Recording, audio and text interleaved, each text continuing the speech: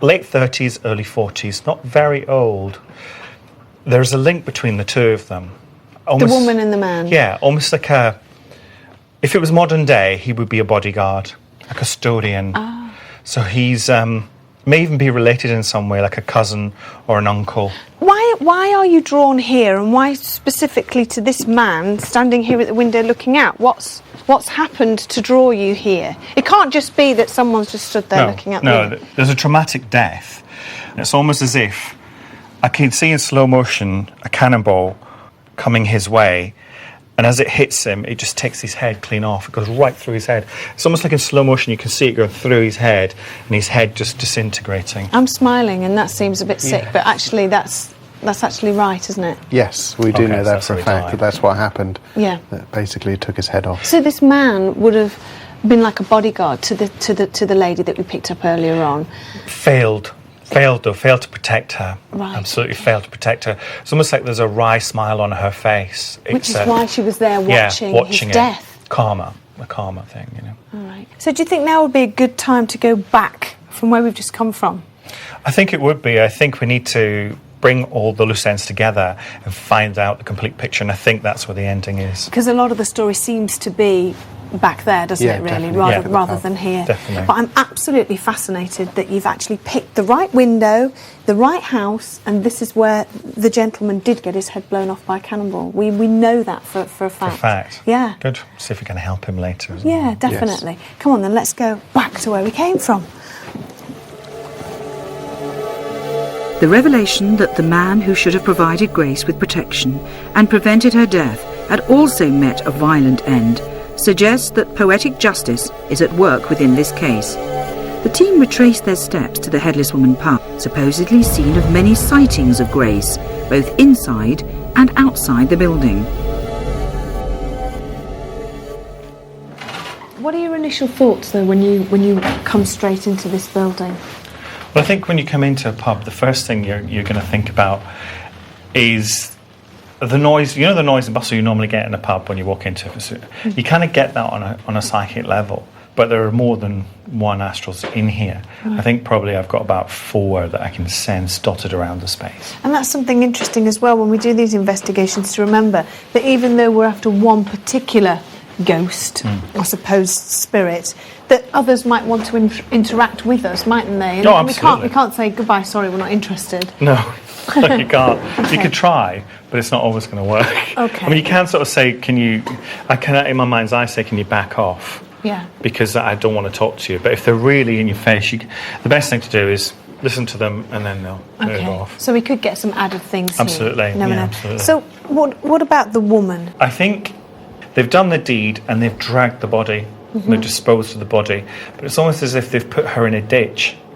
And I wonder if it's near here, and she just latches onto this place because there's people here. There's lots of people here. So there's a great feeling of her trying to tell her tale. So she's definitely here, the spirit she's here. And what's interesting is that here she doesn't have the head. So, I mean, it's aptly named. Earlier she did, when she was confronting us. But here it feels as if it's almost, look at me, and she presents initially without the head. Oh my goodness me, do you want to walk further on? Is she carrying the head? No, under her arm, like this? Like this. No, she's not. Certainly that's not how I'm seeing her. I see her without a head initially, so that's how she presents, so no head. Then it will come back, because she knows that she's showing me what she needs to show me. Okay. As you're walking around, obviously the whole point to this as well is finding out exactly who was responsible for this murder. Now, you mentioned that there were a group of men, these soldiers. Is there any way of can you see in your mind's eye, I've already asked you this, you said it's just a black mass, but is there any way sort of picking out, deciphering who these people were? Sort of like, one's Jack, one's Bob, one's Phil, nothing like that. Not really. It is like I said, it's like a black mass, but it takes on a horrific vision of a snarling beast with red eyes and teeth. That's the energy. It's a collective thing. If you just say who sort of dealt the final blow, it's really hard to tell. You couldn't tell. But maybe we could find that out later. Yeah, we can ask. Well, I don't know that she would know. All right. But you never know. There could be guilt amongst the soldiers, and some of them could be here. Okay. One thing that you picked up earlier on was that you said that this lady was definitely a member or a relative of the people at the manor house. Now, folklore has it that basically she was a servant girl, because they said that they could trust her.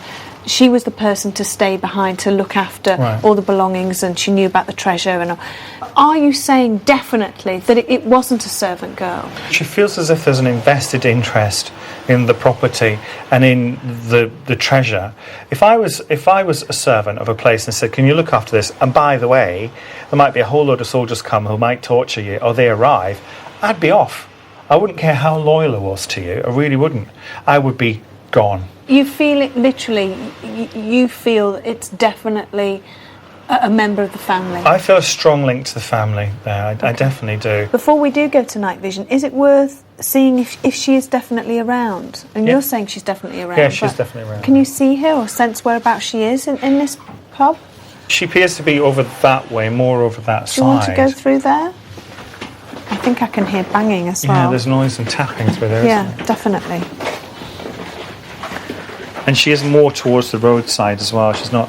Because that would have been where her body Yeah. would have been ditched in the end. Yeah. So she's never been given a proper burial, you don't think? I'm not sure. I think they would have found her eventually. Right. I did have a sense of her being buried. Yeah, I actually do have the sense of that. Okay. So you think she's stronger in this area? I'm just thinking about the burial. It seems like she was maybe discovered so long afterwards, people didn't know who she was, and she was just buried. Yeah. Okay. Doesn't seem like a big fuss was made of it. So, if there are any astrals here, any spirit people, could you please make a sound?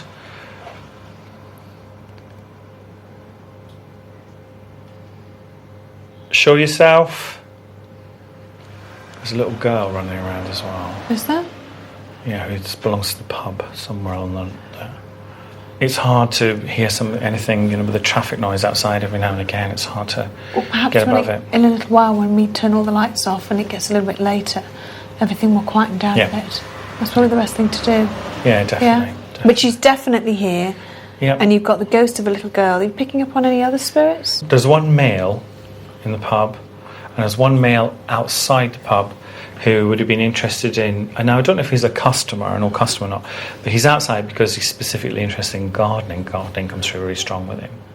So if we did a seance or a Ouija board or something like that, we might get these other people coming through as well. Yeah, absolutely, we may, very well. But we're definitely after the headless woman, that's what we want.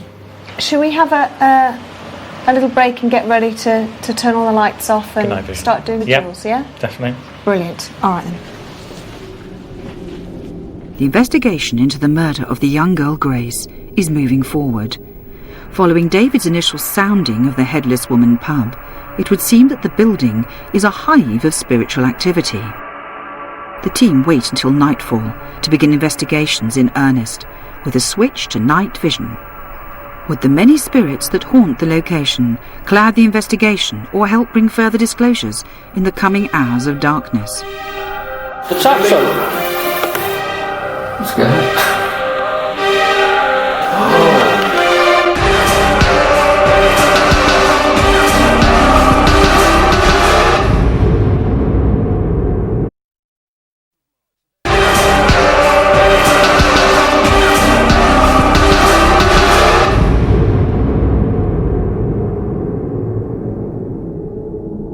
The investigation in Tarvin of the grisly murder by beheading of a young girl, Grace, is reaching its terrifying climax in the gruesomely named Headless Woman pub, where Yvette and the Most Haunted team are hoping that further vigils will help establish solid contact with Grace and bring her murderers into the light.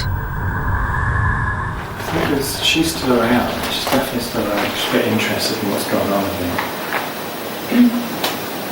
There's some balls on a table. If there's any spirit people here in the other room, if you could move them, that would be fantastic. Is this their name Trig? That's the one. That's it. Well done. Grace Trig. It's weird. Grace, if you can hear us, or any other astral beings, or any spirit people, please, in this house, in this inn, please give us a sign, let us know that you're around. Touch one of us,